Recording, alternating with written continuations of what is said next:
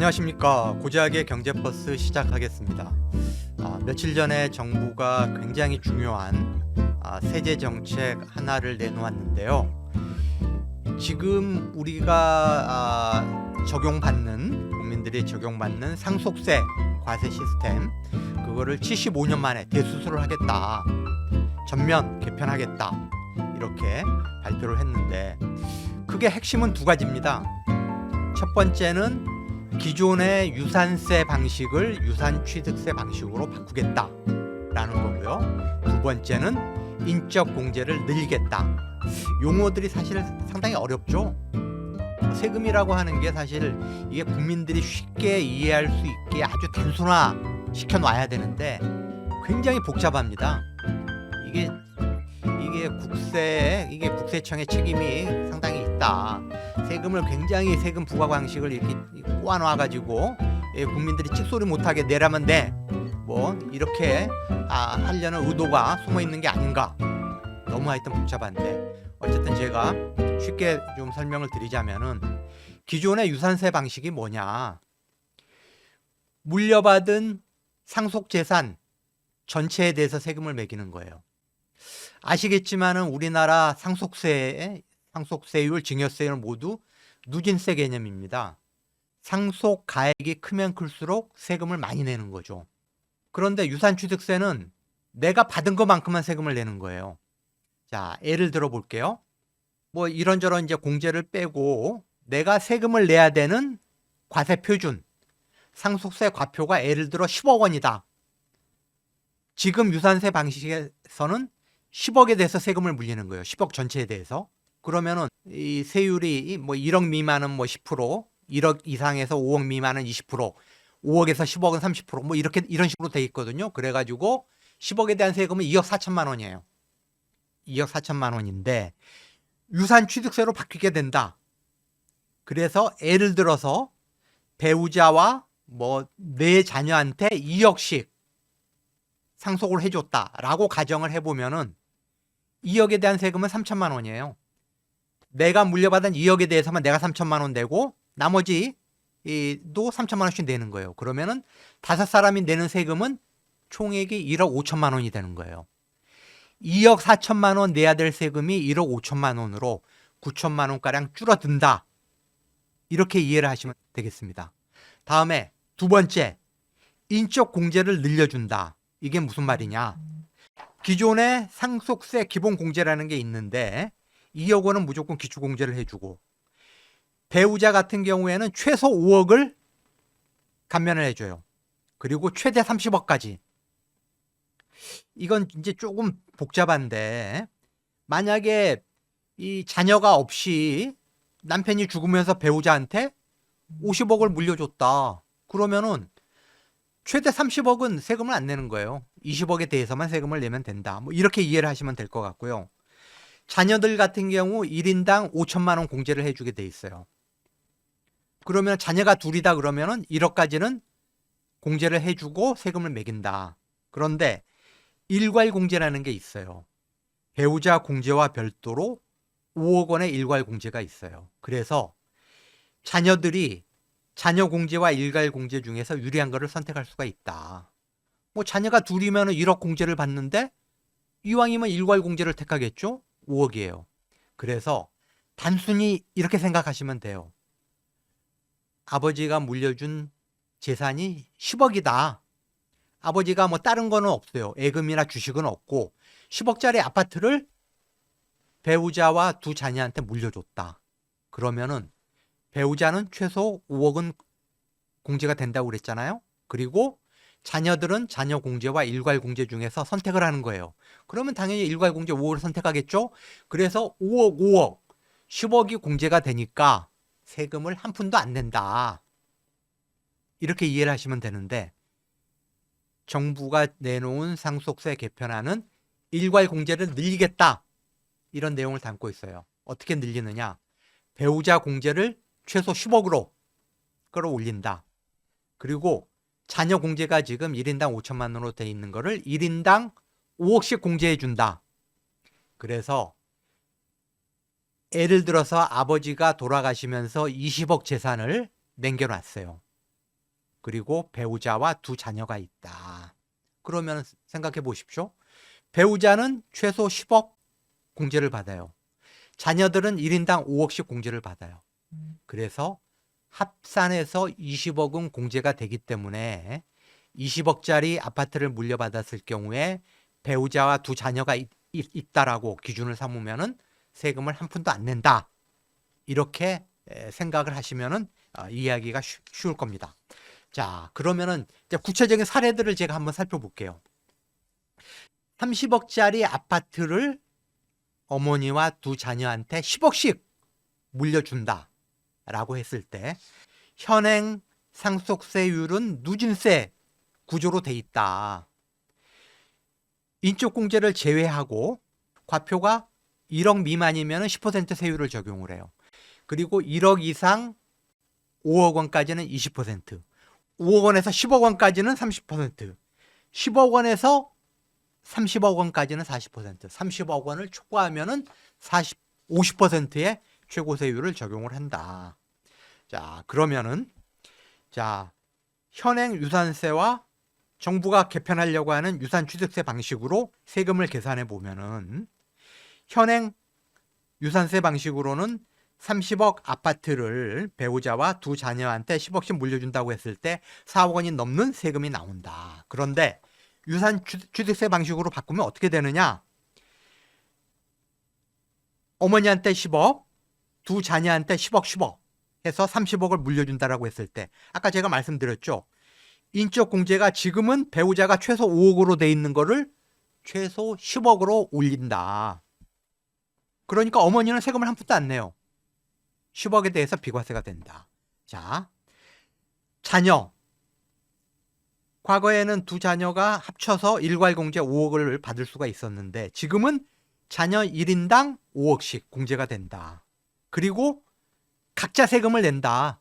내가 물려받은 재산에 대해서만 세금을 낸다라는 거죠. 그러면은 내 몫이 10억인데 자녀 1인당 5억 원이 공제가 되니까 5억에 대해서만 세금을 내는 거예요. 그러면 아까 표 보셨잖아요. 과표 1억 미만은 10% 세금을 내니까 1,000만 원이에요.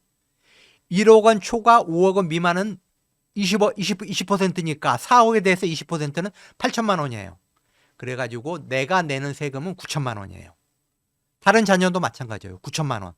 그래서 어머니는 세금을 한 푼도 안 내고 두 자녀가 9천만 원씩 해서 1억 8천만 원만 세금을 낸다.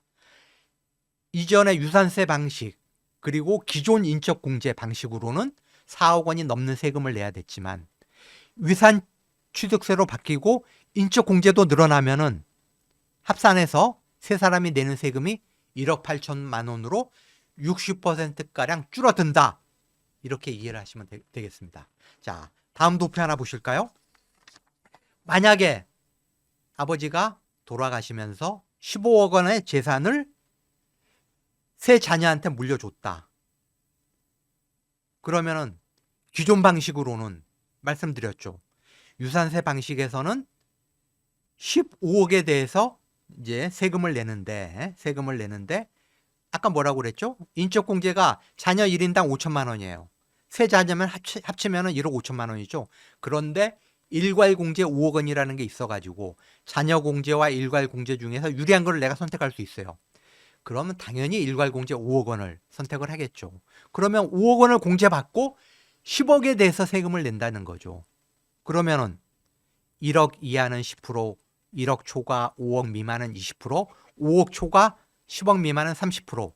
이렇게 세금을 계산하면은 2억 4천만 원이에요. 세 자녀가 2억 4천만 원의 세금을 내야 돼요. 그러면은 세 자녀가 합산해서 낸다 그러면 1인당 8천만 원씩 세금을 내야 되는 거죠. 그런데 유산취득세로 바뀌게 되면 제가 뭐라고 그랬죠?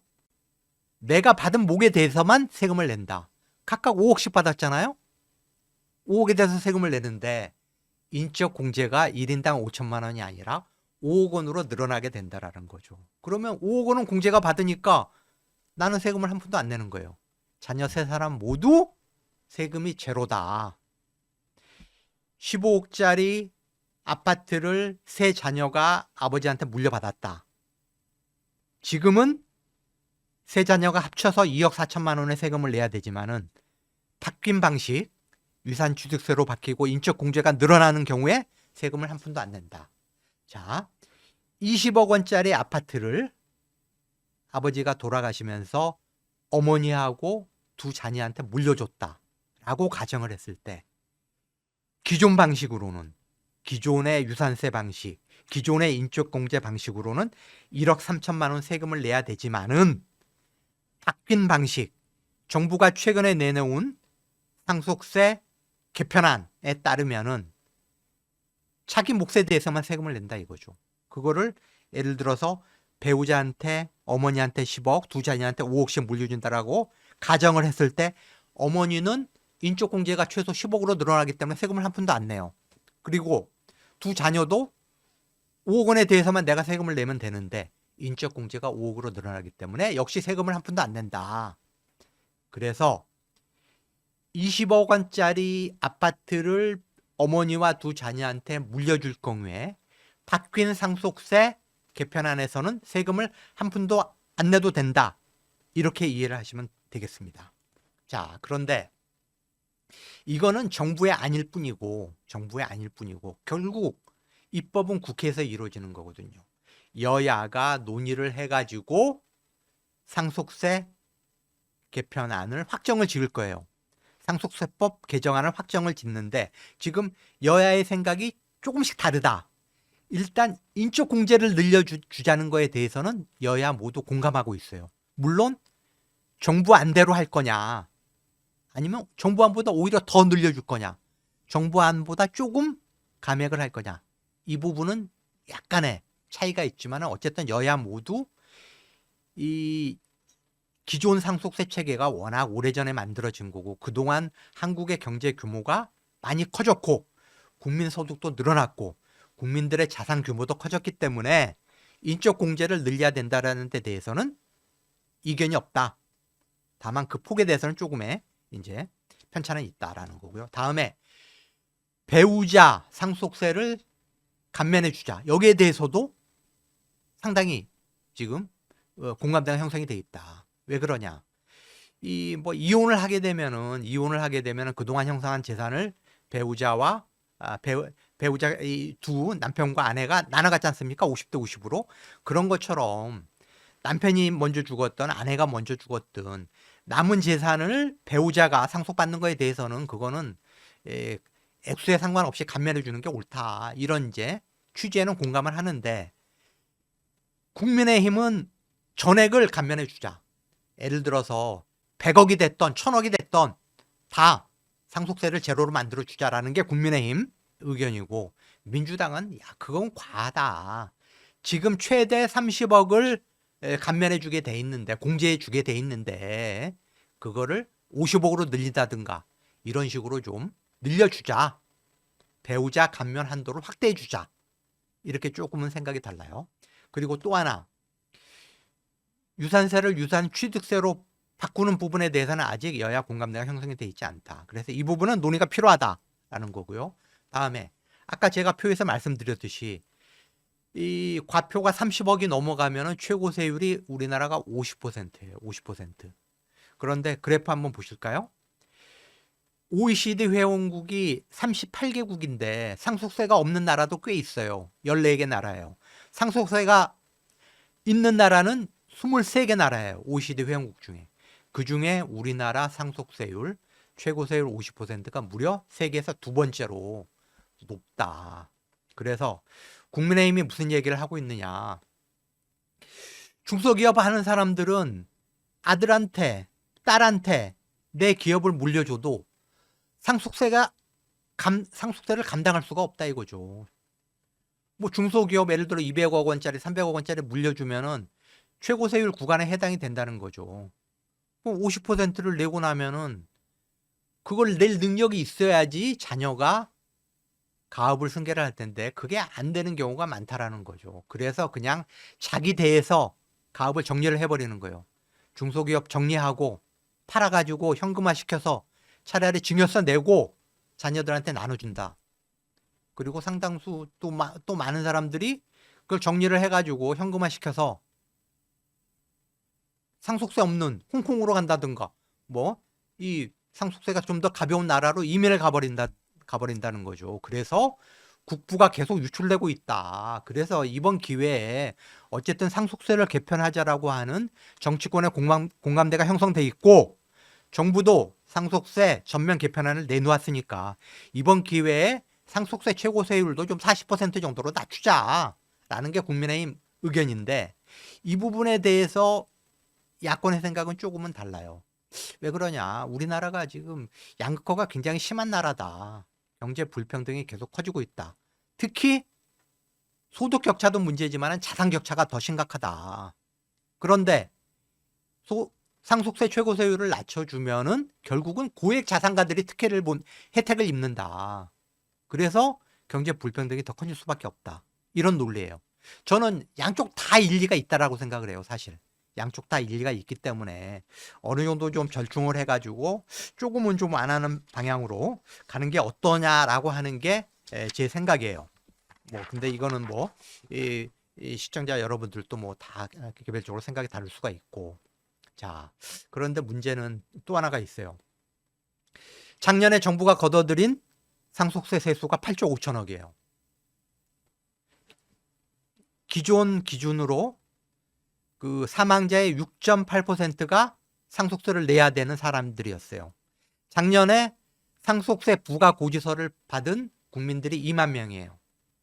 그런데 이 최근에 정부가 발표한 유산세를 유산취득세로 바꾸고 인적공제를 늘리는 방식의 상속세 개편안을 적용을 하면은 상속세 수가 최소 2조 원 이상 줄어들어요.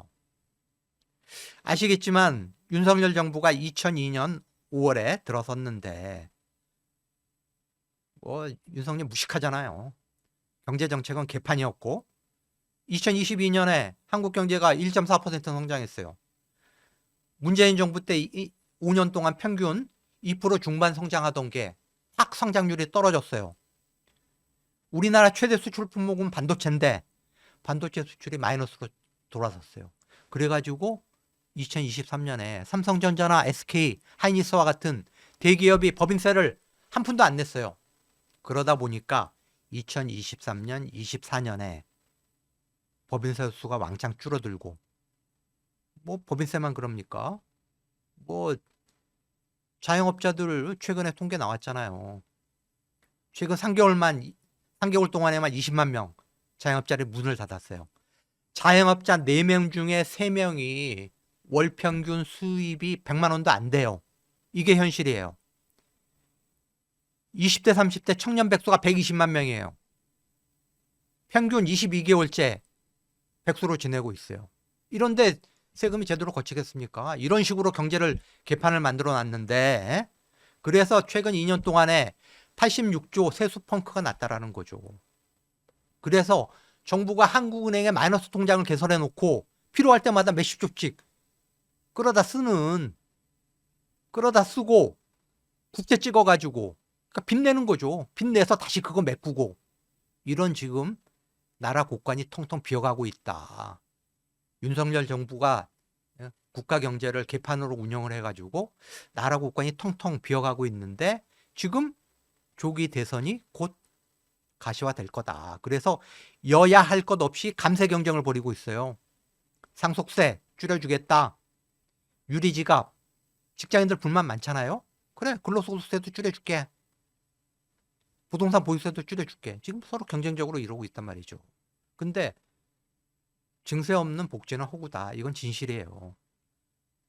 그래서 제 말씀은 사실 이게 상속세 같은 경우에 75년 전에 큰 골격이 짜여졌고 이 75년 동안 엄청나게 지금 경제 상황이 변하고 있기 때문에 저는 합리적으로 보완될 필요가 있다. 공감해요. 그렇지만은